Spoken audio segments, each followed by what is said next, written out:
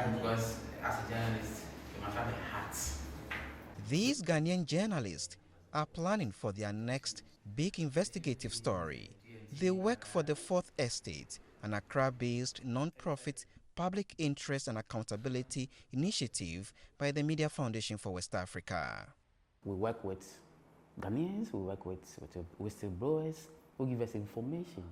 And so we look at issues and we go deep into those issues. We bring them out in forms of publications, online write-ups and YouTube videos and all that, mainstream documentaries. The publications focuses largely on anti-corruption related stories. Since launching in 2021, it has published several groundbreaking anti-graft stories. Among them was an expose by the project on asset declaration following a requirement that government officials declare their assets. The Fourth Estate filed the case with Ghana's Commission on Human Rights and Administrative Justice that further investigated the matter. So when we did that story, as many as 294 or so public officials hurriedly declared their assets. In fact, before the publication, they had not declared, but they were in office.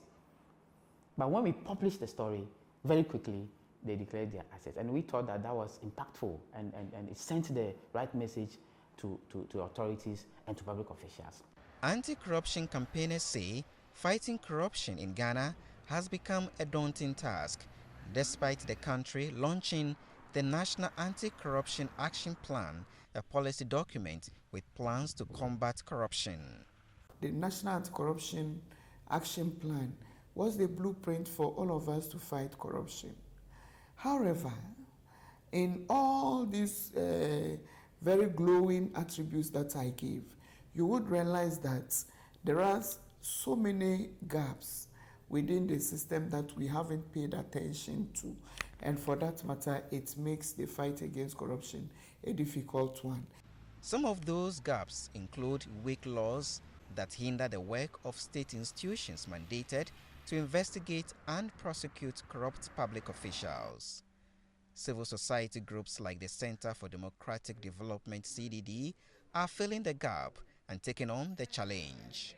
In 2017, the organization launched the Corruption Watch project in an attempt to reduce public corruption through advocacy for transparency. We are able to do original investigations. We have actual investigative journalists as part of the team that do the investigation, but we also try to follow up on cases that are alive or cases that we feel have been buried and we have forgotten, that we think we need to revive. The activism by the CDD team for the past 7 years appears to be yielding results. We didn't want the issue of corruption to die and also to be episodic. We just wanted to keep it on the minds of citizens that we need to keep fighting. We need to take an interest. They need to join the fight because we're feeling that corruption was becoming normalized and people felt that, oh well, that's how it is. Thanks to the works of these civil society groups, the fight against corruption is on people's mind. Both as anti-corruption and governance experts and think tanks, a lot of work has been done. We have shown evidence of research that corruption is an issue and it is hydra-headed.